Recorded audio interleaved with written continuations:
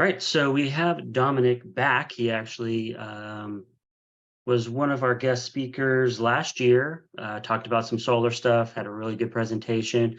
Now, this month, right, we have changes to solar. And so that's why we thought it'd be great to bring you back on, talk about what these changes in solar are, how they're going to affect the homeowners, and maybe how you're going to handle some of these conversations, because there are going to be some changes moving forward that seem to be kind of going backwards on the goal of California.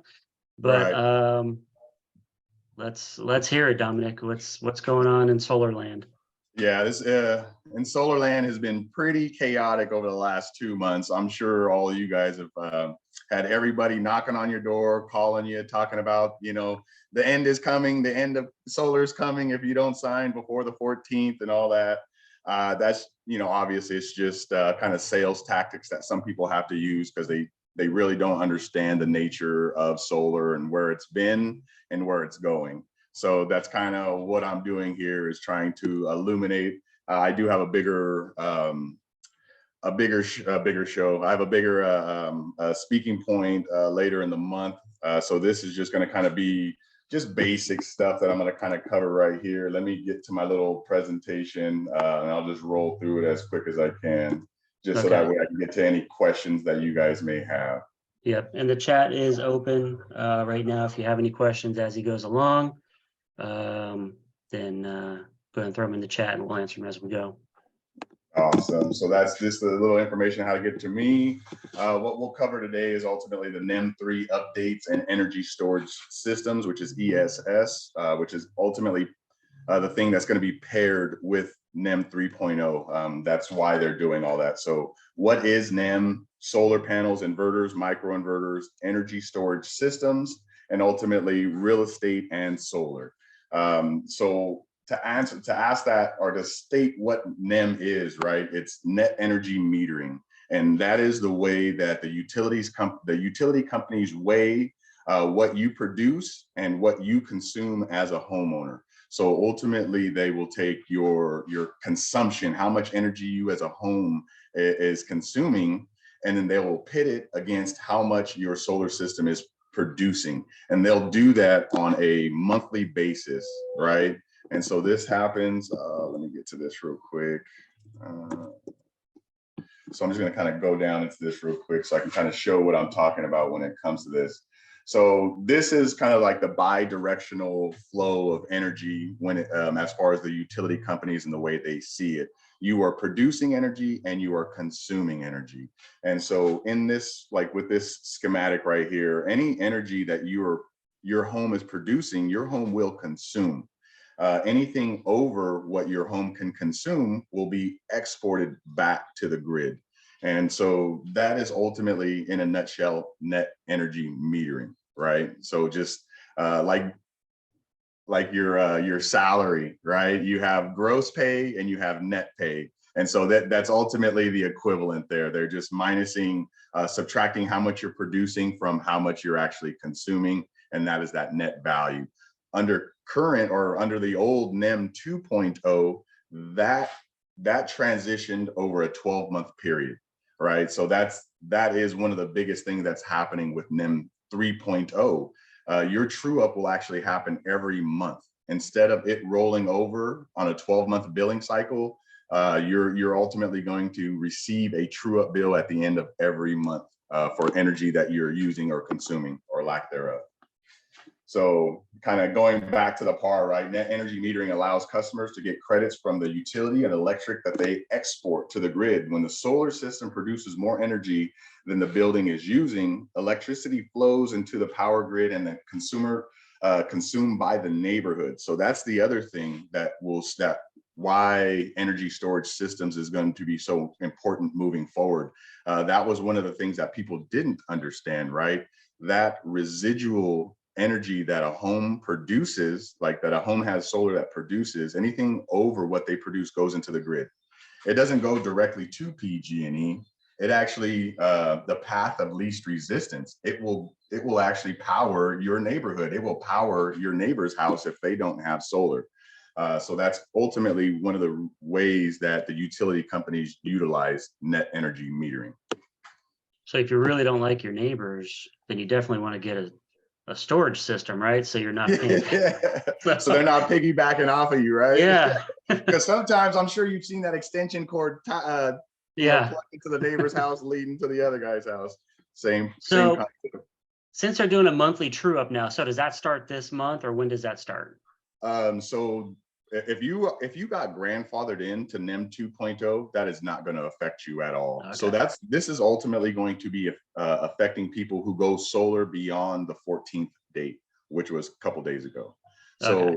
if you go solar, you sign a solar contract today, tomorrow, next month, you're going to actually be under the net energy metering 3 parameters, right? And so this is the third iteration that they've done net energy metering as far as like the change. There was an NEM 1, NEM 2, and now we're in NEM 3, and each one of them had its own little characteristics that affected it. And so that's kind of what this right here will demonstrate, right? So as we talked about before April, the NEM 2.0 parameters right here was, average energy credit was 30 cents. And that's like, because it was on a 1-to-1 basis, meaning whatever the utility company charged you for energy, that's what they were going to pay you for the energy that you produced.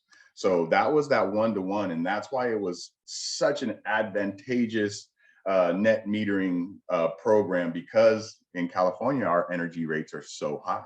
Again, they're charging us about 30 cents to buy energy from PG&E. So if you're a solar owner under 2.0, PG&E is going to buy that energy from you at that same cost. That is drastically different with NEM 3.0. And that's why they talk about the 70 to 80% decrease in savings, because under NEM 2.0, we were getting, or I'm under NEM 2.0, so I'm still getting 30 cents a watt, right? All this grandfathers in. As you can see, NEM 2.0 is, if you're in it, you are, the term on that is 20 years. So I still got 19 years left on my on my net energy metering contract, so I'm golden. Unfortunately, some people are like net metering 1. Unfortunately, they're almost sunsetting right now. So if you have an older solar system, when you get to that 20-year time frame that even NEM 1 was under, your net energy metering is going to recycle. And when it recycles, you're going to be placed under NEM 3. And so now you're going to be bound there. And so what this shows, right, and that's that 1-to-1 concept that I talk about under 2.0. Unfortunately, under the 3.0 guidelines, right, you're still going to be paying 30 to 40 cents per kilowatt hour that you're buying from PG&E. Unfortunately, under NEM 3.0, they're only going to pay you 6 to 8 cents for any energy that you're producing over what you're consuming. And so that's where the big drastic drop in your savings comes from, is that you're no longer getting that 1-to-1 ratio on how much they're paying you for energy. Yeah. Now, if I could pause for 1 second, I think as a real estate agent, if you have clients that are looking for solar, this is something to ask homeowners, especially, as we get into, later this year, the following year, and you're selling a home that maybe has a new or newer system on it. Are they on, M2 or NEM 3? Because that's going to make a huge difference in their bill, most likely, and what their expectations are of solar. So I think that this could be an important talking point as we're moving forward on, do you got the good one or do you have the new one? So and if they have a really old solar system, they're gonna be screwed too. So Right. And so that's kind of, there's just more talking points on that. I don't really get into the whole 1, 2, and 3, because at this point in time, we're in 3. And so it's just kind of really letting people know and understand what the expectation is moving forward, right? Because I don't want to like, oh man, I shoulda, woulda, coulda, because that ship has sailed. So it's just really kind of prepping for the future and where we're going. Yeah. And in case the question comes up, now, if someone takes over a solar lease on NEM 2, they still get NEM 2, right? Even though they're not the original. Okay. Correct. As far as all the literature and everything that we've been exposed to, because I'm not sure if you've seen that net energy metering contract, but that thing is quite lengthy from the CPUC. So, and it's written by a bunch of lawyers, so it's it's Yeah, I'm kind of sure. really hard to read. Yeah. So this kind of breaks down some of those more in-depth talking points between NEM 2 and NEM 3. And it did hit on that one point that you were talking about as far as being grandfathered in, right? So as I spoke about earlier, NEM 2, you're going to be, if you're under the NEM 2.0 contract, you're going to be grandfathered in for 20 years. With this new 3.0 contract, now they've realized, well, shoot, we can't give them this much time. Yeah. We need to We, be we able want to to kind adjust of, this again in 9 years. Yeah. I mean, 9 years. Yeah, that's ultimately what the new NEM is. But Yeah. as I'm not sure if you guys heard already, but PG&E has already requested a 36.2% increase this year alone. Hmm. 36.2. The average over the last 5 years has been about a 4% increase every year. So we're literally blowing that clean out of the water right now. So, and again, it's just all in relation to California is one of the, fastest growing solar, states right now. And so with, the IOUs, right, the investor owned utilities, PG&E, SEE, SDG&E, like those are actually owned by investors, right? People put money into this and they have stockholders, they have, people they need to answer to make that money. And Yeah. unfortunately, if everybody's going solar, that's a big hit in their pocketbook, right? And because they're having to do all of these updates and renovations to the grid right now. So again, that as well as hitting into their pockets. So they're trying to look for a way to recoup this money. And that is the only way that I could tell people is why it's so important to become energy independent. You're right. You want to be self-sufficient because you don't know when they're going to be like, we got into the red, guys, we need to jack prices up. And that's ultimately where they're at right now. That's why we see such a grandiose 36.2% increase in 1 year. That's just outrageously It absurd. really So, is. Yeah. so again, that's Jeez. why we have them. The best thing, or what I try to do, is just really empower people to make those decisions for themselves, to really look at what solar has to offer them, right? Yeah. And not just that selling point, trying to sell stuff.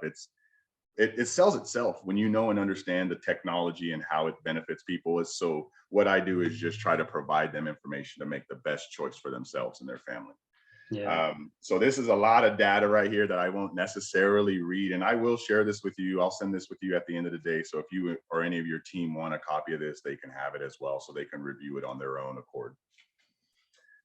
But yeah, so grandfathering is already over for 2.0. We are now in 3.0. And so one of the things that we say between the NEM 2.0 and NEM 3.0, with NEM 2.0 being a 20-year contract, from the literature that we see that the NEM 2.0 contract is transferable to a new buyer, which is awesome, because then they're going to be able to capitalize on all the benefits of the NEM 2.0 that we talked about, as far as getting that 1-to-1 30 cents per kilowatt that they're producing. That's what they're getting back in credit.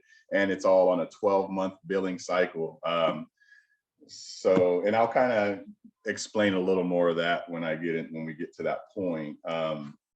And one of the biggest things that you're going to see, I mean, obviously with the export rate, you're 75 to 80% loss from NEM 2 to NEM 3. And that's sheerly because of that 8-cent decrease. That's where all that really comes from. And on top of the time of use rates. So before, it was just a time of use, TOU, right? And it was just morning time, between 6 a.m. and 4 p.m., this is how much energy costs. Between 5 and 9 p.m. or 10 p.m., this is how much energy costs. That's time of use under 2.0. But unfortunately, under 3.0, they've added a myriad of layers Yeah, of course. to be able to capture that money, and so it can be very convoluted. And again, that's one of the main factors in which So batteries are not required, they are just advantageous. Yeah. And so that net energy metering, like the time of use rates, that's what makes batteries advantageous, because you want to be able to store up all of your energy. Let's see, did I get it? Oh, I didn't get it. Okay. Hold on 1 second. I got it right here. So it sounds There's like if they're on net metering too, that sounds like a marketing, something I want to put in my marketing when I'm listing a home. If it's NEM 2 or 3, well, I wouldn't advertise 3, I don't think, but it sounds like a selling point to me. I mean, and that's kind of what it is. And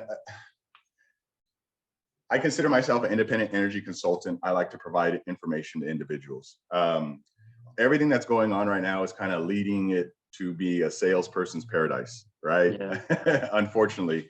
But so this is where the things that I will kind of come into play as far as educating and providing information to clients. So that way, again, they feel empowered to make the best choice.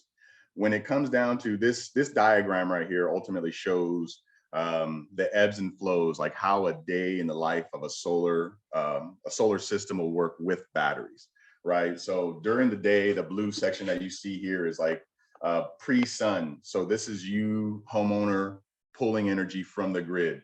So it goes up in that regard, right? You're going to start making some leeway right here when that sun comes out. But what you're going to see is when you have, in this case, if you avoided seeing the battery right here, right? This peak would ultimately cancel out these other peaks here. And so again, that's kind of the way net metering works. And so what you'll see here is during the sun charging, during the sun hours of the day, it's going to charge your battery, right? So those batteries are going to charge, I mean, the configurations of batteries is 1, 2, up to 4 batteries. So what's going to happen is with the available solar that you have to charge your batteries, they should amply charge throughout the day and even have some residual export that you have, right? Because it's only going to take you, depending on the amount of solar that you have, is going to determine how fast you're going to charge up your batteries. So as long as you meet that proper ratio, you're going to charge your batteries efficiently with the solar that you have. And then when you do that, you are going to have that residual solar that you're going to be able to export to the grid during the daytime.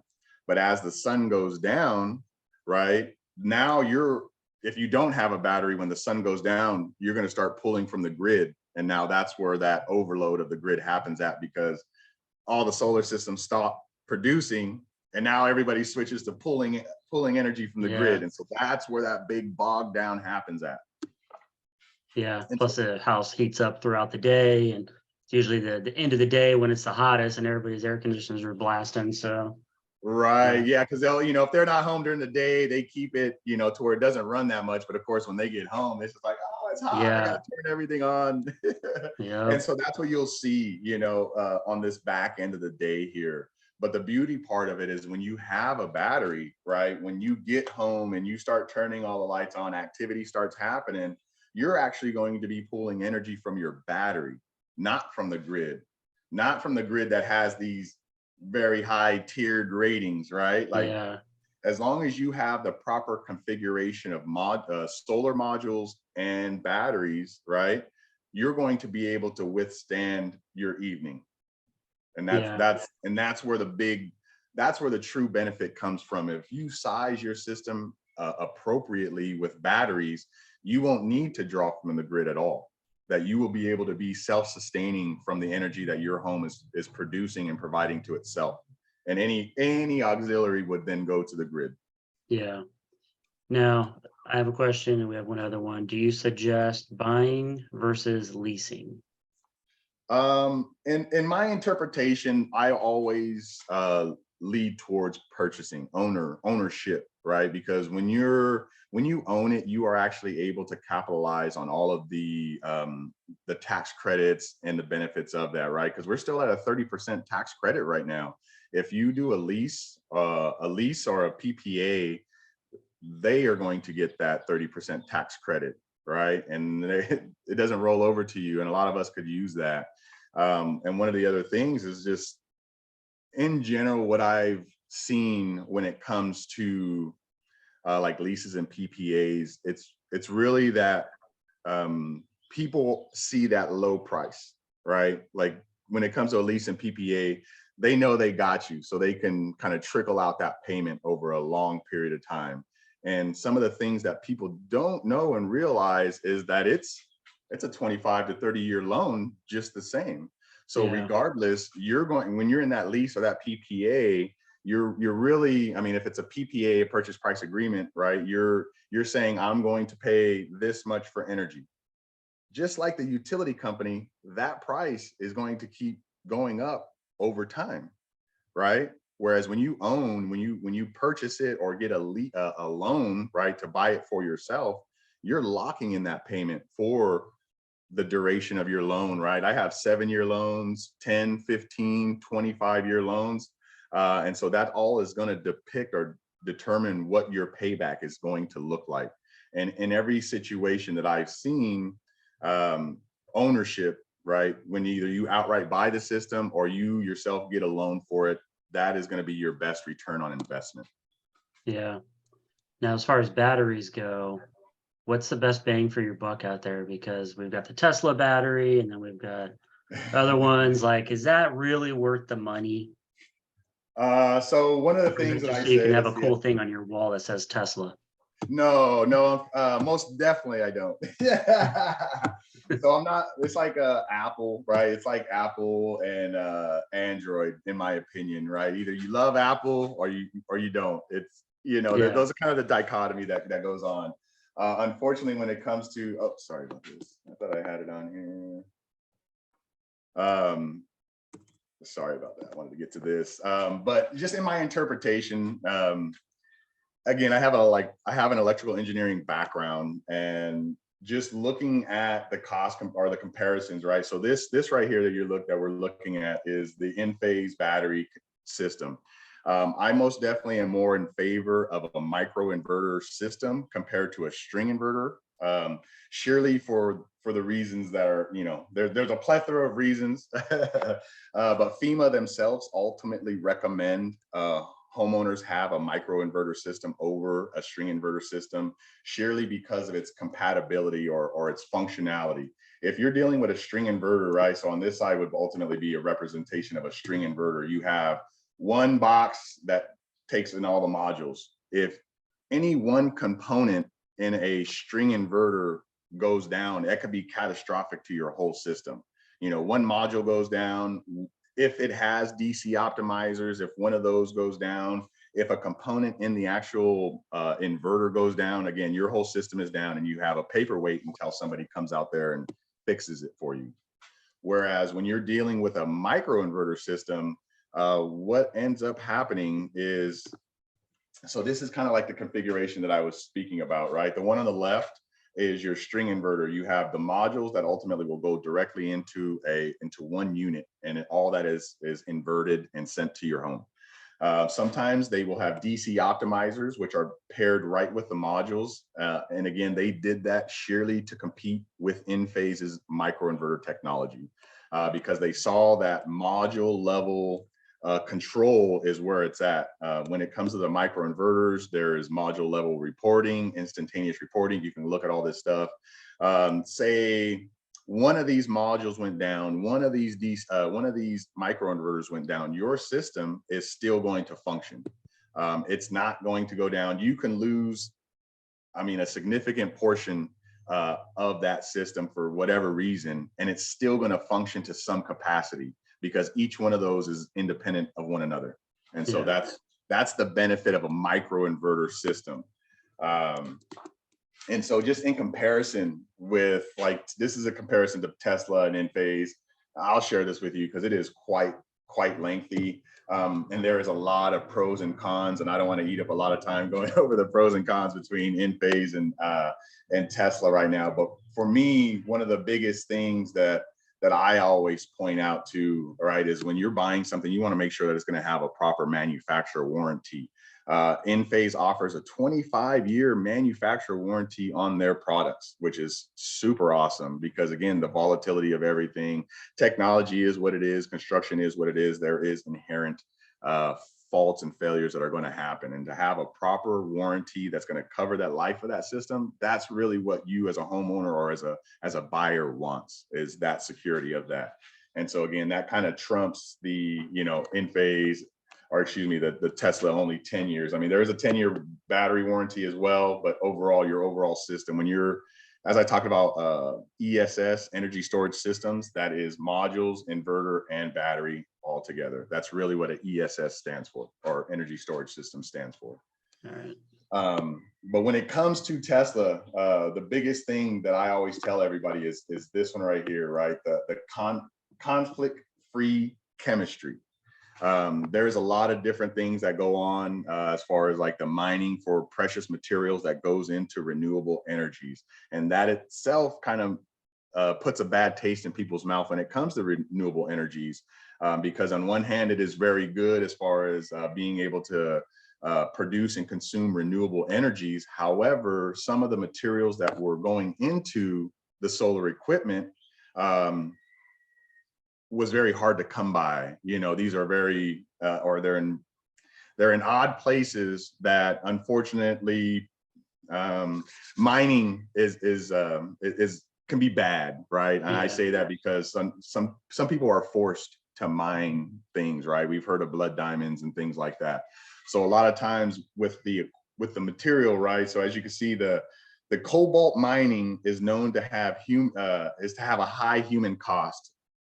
So including in the Democratic Republic of Congo, right? So I say that because that's one of the largest deposits of cobalt is in Congo, just like the blood diamonds. So unfortunately, there's a lot of bad things that go on with that, and the element cobalt is very rare, and it's bad, right? It's not very good for humans, and so that's the biggest difference. I get into the whole cobalt, right? Because when you hear about the Tesla batteries catching fire and stuff like that, and that's primarily because of that chemical composition, because of the nickel, cadmium, cobalt that the Tesla batteries have in them.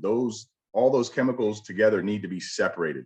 The minute that those actually mix in any kind of way, it's going to go into thermal runaway, meaning it's just going to start getting hotter and hotter and hotter and hotter, and it's going to catch on fire and keep catching on fire as long as there's those materials left to interact with each other.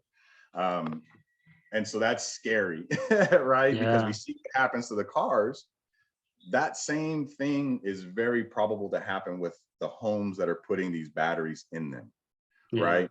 And most of the time they're putting them in the garages, in that garage, you're not. And so what happens with the cars is, because each one of the Tesla batteries comes with like a plethora of fans on it that help keep it cool.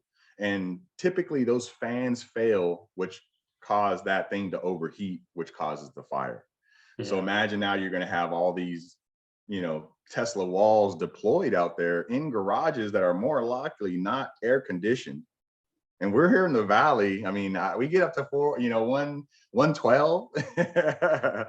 I know my garage gets hot. I'm on the coast, but the afternoon sun just beats on my garage door. So in the afternoons, my garage gets really hot actually on the inside.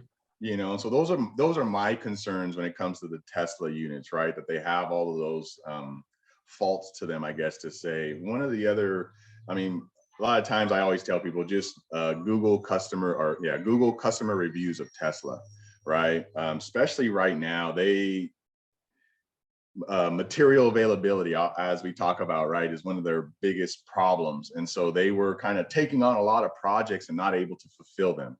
And they would drag people out for a long period of time only to cancel their projects because they don't have the material available for whatever reason. So there's been a lot of negative information out there about Tesla and their product review, their customer review, because at the end of the day, you don't want a very expensive paperweight on your house. Like, that's just the bottom line. All right. And so, there's a lot about that with Tesla, but again, I don't necessarily want to go too deep down that rabbit hole. But again, it is the chemical composition of the Enphase battery. Enphase has been leading the industry for the last 15 years. If you have Enphase stock, you can see that it's just been doing nothing but going up. And that's because of their technology and what they're using to advance solar renewable energies. Okay. Let's see. So let's see where's that. We got that one. And this is just the basic, cheat sheet or solar data sheet. I'm not really sure if this really interests anybody, but like I said, you guys, I'll send this over to you guys. You can have it and disseminate it to your crew if you want. But it just shows that solar is alive and it's going to continue to move forward. We in California are experiencing this with NEM 3.0, but we're the only ones kind of experiencing this right now. It is just a California thing with net energy metering. Not all states actually have net energy metering right now. We're still fighting to get into all the states to provide their people with solar, because not all states allow solar. So that's, those are the things that we take for granted, here in California. I believe there's a lot of stuff that we take for granted here in California. I'm a nature buff, right? So I love being so close, so close to all these natural resources that, when we go up to Yosemite and we run into, foreigners that spend their life saving up to come visit this attraction is, it puts things into perspective that I can drive an hour and get there. Yeah, definitely. Let's see. So again, how big is the opportunity? All that mess. I don't want to get into all that, but it's all there because it is still alive and booming. It's just really providing people with information and education and what's, to help them make the best decisions for themselves. And that's kind of why I got into this, is just to kind of be that guiding light. To provide people with information to help them kind of learn and grow themselves. And what we do as POWUR is really, we keep that at heart, we keep that in mind, and we try to make this planet, this world, a better place than what we left it. And so that's kind of what we do. I can keep rattling on and rattling on. If you guys have any questions, I would just love to pick your guys' brain or answer any questions that you guys. Yeah. Go ahead and throw them down in the chat if you guys have anything. Solar inspections. So I'm starting to see these come around a little bit more. What's your thought on them? How important are they? And do you do them? Yeah, so that's kind of what's in the churn right now. I think you guys, thank you for bringing that up. That was actually one of my talking points for my upcoming meeting. What you're going to see, and that is sheerly to do with the National Association of Realtors, right? Like, you guys are having a form that's going to come out and require any home that has solar on it to have an inspection or an audit, right? And so the language behind that, we're here in California, we got to be very, selective in the language that we choose when it comes to this kind of stuff. Like the way that it shows in the forms that CAR and FAR have, it identifies that you just need to conduct an audit, right? You need to do an audit to identify what equipment you have, like how much kilowatt system it is it owned, is it leased, is it PPA, what's the remaining balance on it, will you own it at the end of it? There is a form that you guys now have, and it can go together. And I'm trying to select my words wisely, right? Because again, there is a difference between an audit and an inspection, right? Yeah. And which is really required. In my review of your guys' documentation, and an audit is suffice, right? An audit will get you through, and that is just auditing what equipment is there, right? You have 10 modules, 10 400-watt modules. It's a string inverter, it's a 7600 string inverter. It's owned, it's leased, this is the price, like, and that's virtually it. But what's going to happen is you're going to see people that are going to come out and say, hey, we're going to do a full-on system inspection. And I'm always leery on that, because you need to make sure that if you're going to have somebody taking apart anything that somebody else owns, right? Because when it comes to an inspection, what they're going to do is they're going to actually disengage. They're going to go up on the roof. They're going to unscrew the modules. They're going to pull off the modules. They're going to look at the inverter. They're going to test the modules. They're going to screw everything back down. They're going to go down to the combiner boxes. They're going to unscrew that. They're going to test everything with a digital multimeter, put it back. And we call them mating cycles, right? You can only really connect and disconnect things so many times in the electric world.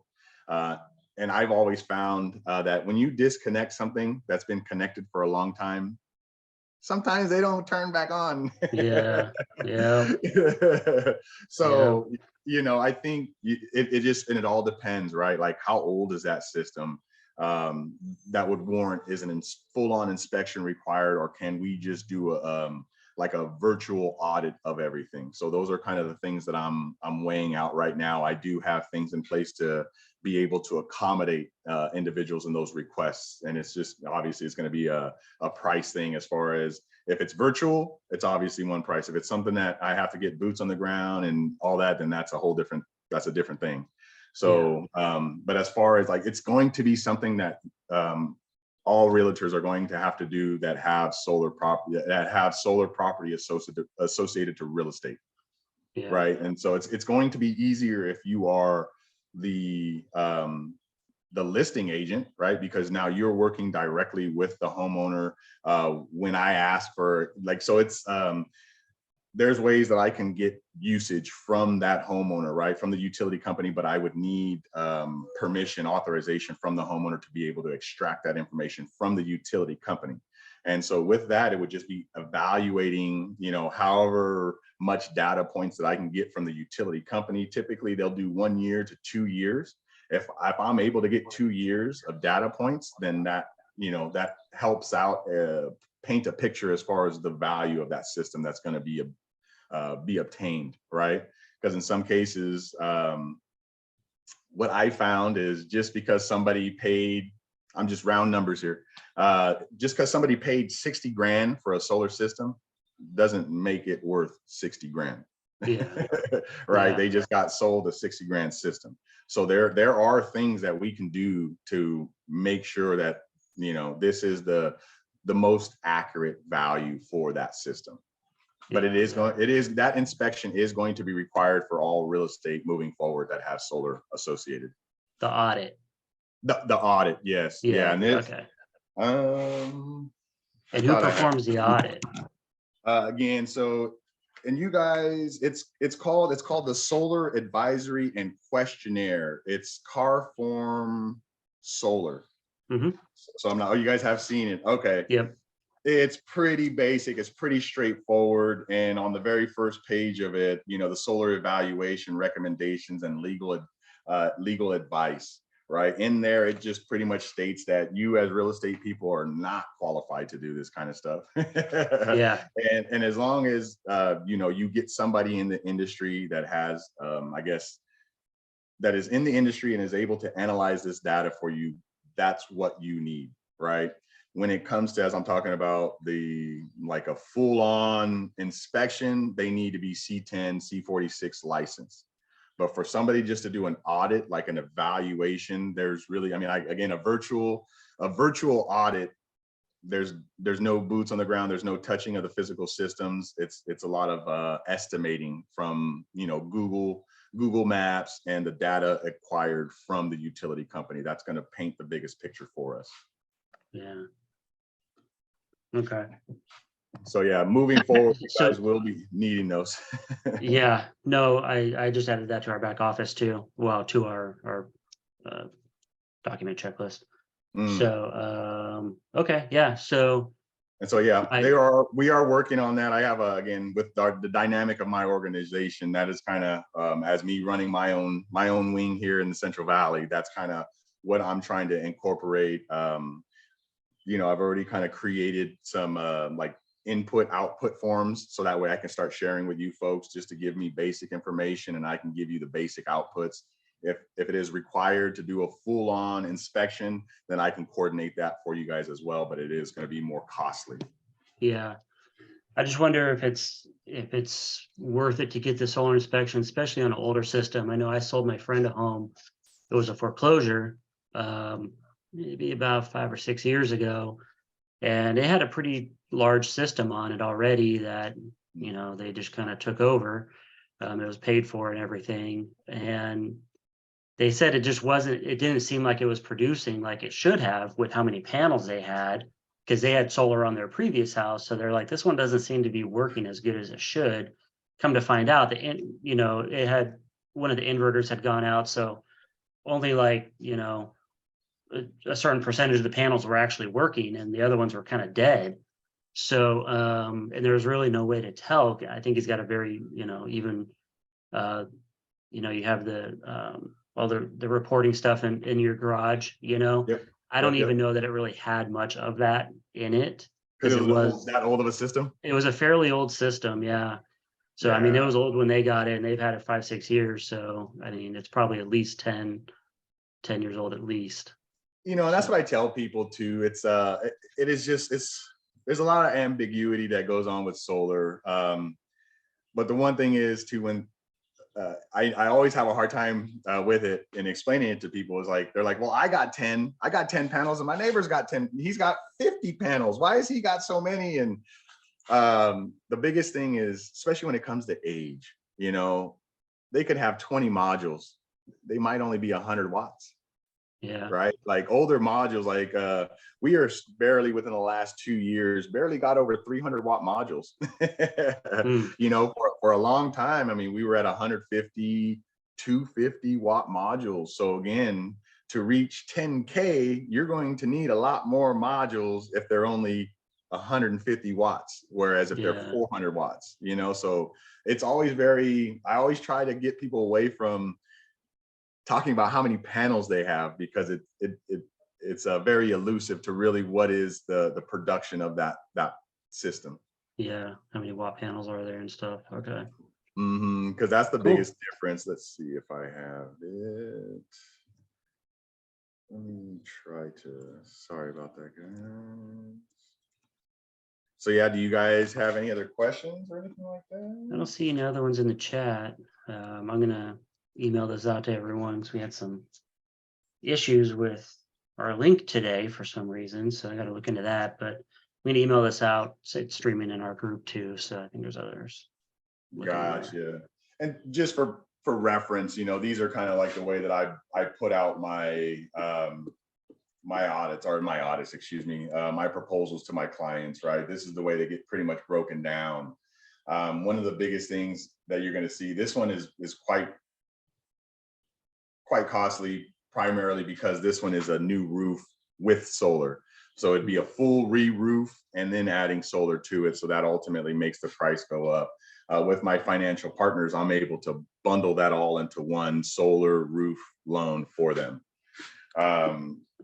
But what I really wanted to kind of show was this graph right here, right? The bars are the home's consumption, how much energy they're consuming. And this parabola up here, the yellow one, ultimately indicates the solar production of this system here. So as you can see, it's a good sized 2-story home that would ultimately need to be fully re-roofed on top of 36 modules, which is a 14.4K system. And I'm only getting 101% of their usage right now. That's a big system, right? And I'm barely able to get to 101. One of the main reasons is that roof, right? Older homes, if I was to peel up the tiles on this house from the top, I can look all the way in and see, I can see the roof and I can see all that.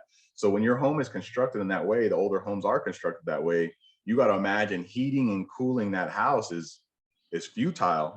Everything is just venting out of every nook and cranny it can.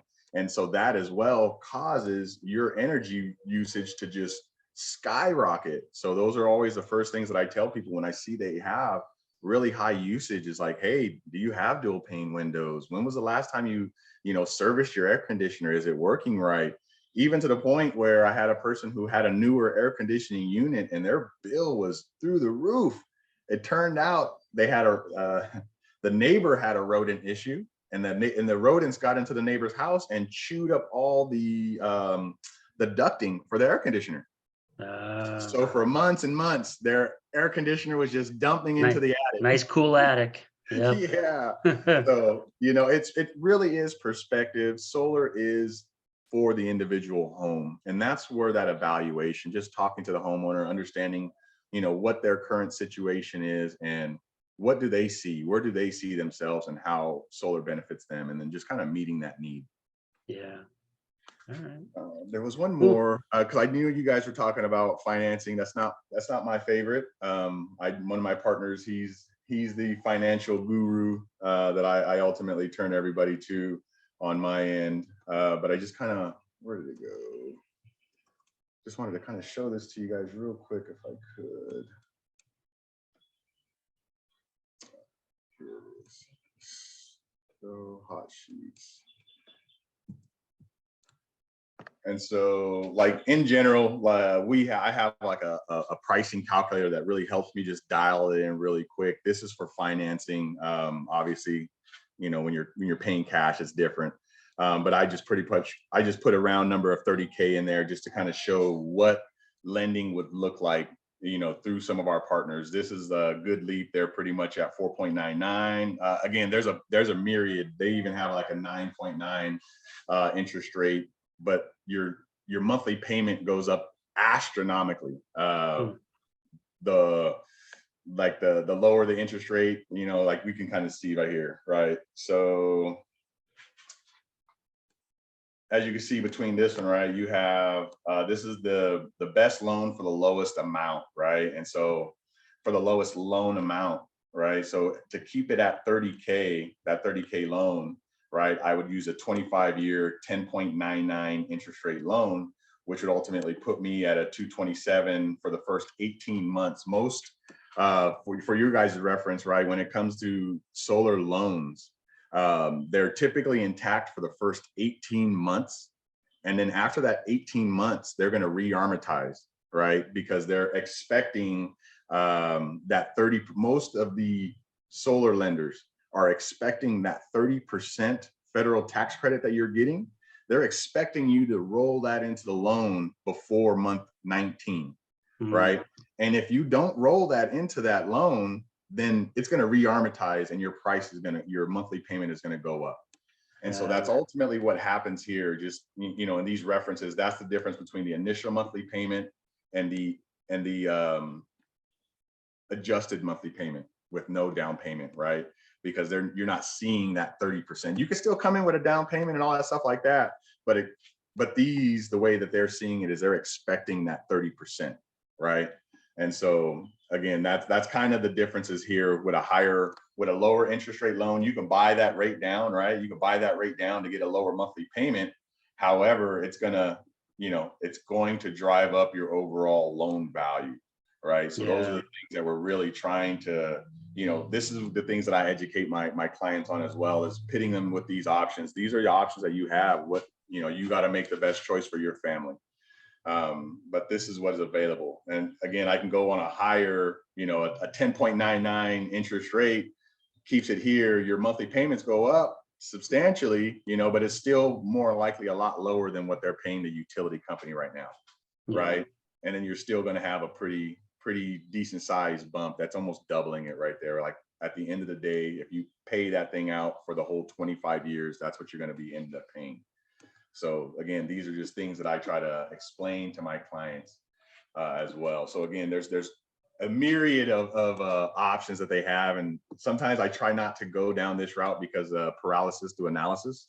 But I always want to give people information because I love information. So when I deal with people, I want them to just inundate me, you know what I mean?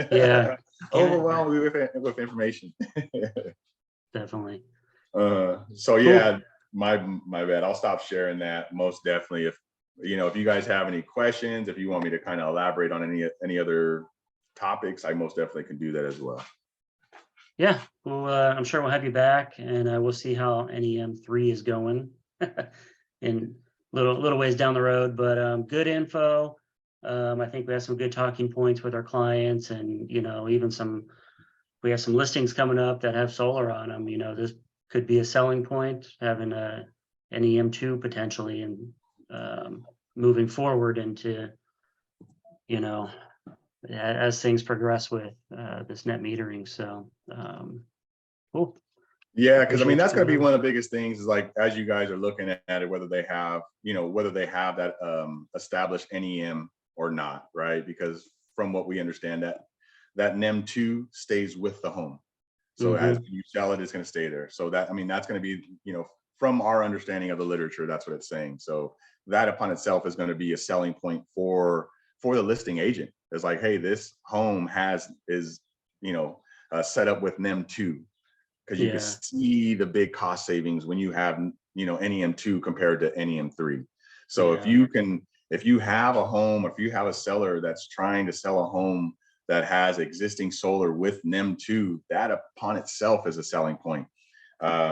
Because again, I didn't even get to that point. Most times there's like homeowners are saving over $200,000-$300,000 over the 25-year life of a solar project. So that upon itself is just where the savings come in droves. Under the Yeah. 2.0, under 2.0, those are going to decrease quite 70%. You're looking at about Yeah. 70% decrease. So that's where the batteries, that energy storage, is really going to compensate for that. Yeah. I think it's going to be a big one moving forward, if they have batteries or not. So cool. Yeah, we'll have you back, and you can give us some new stuff. And this is all good info. I And appreciate if you it. guys, your team, if there's specific talking points that or specific questions that you have, please shoot them over. I'd love to integrate them in, because you guys have a different viewpoint of the world than I do, right? Like, I'm looking at it from this viewpoint, and you guys have it totally different. So I would love to get your guys's take on what information is valuable to you. What questions do you guys have that your homeowners have that you can help answer those questions and move projects forward? If we can work on a dialogue with that, I'd be super happy. Yeah. No, I can think of a few. Maybe we'll do another webinar with that kind of stuff. So Okay. I'm going to jot some down. Maybe I'll throw them over to you, and we'll see how that goes. But Yeah, sounds like a cool. plan. Appreciate it. Thanks for coming on. It was awesome. No And problem. we'll Thank be you in guys for touch. having me. All right. We'll see you. All right. Have All a great right. day. You too. Bye.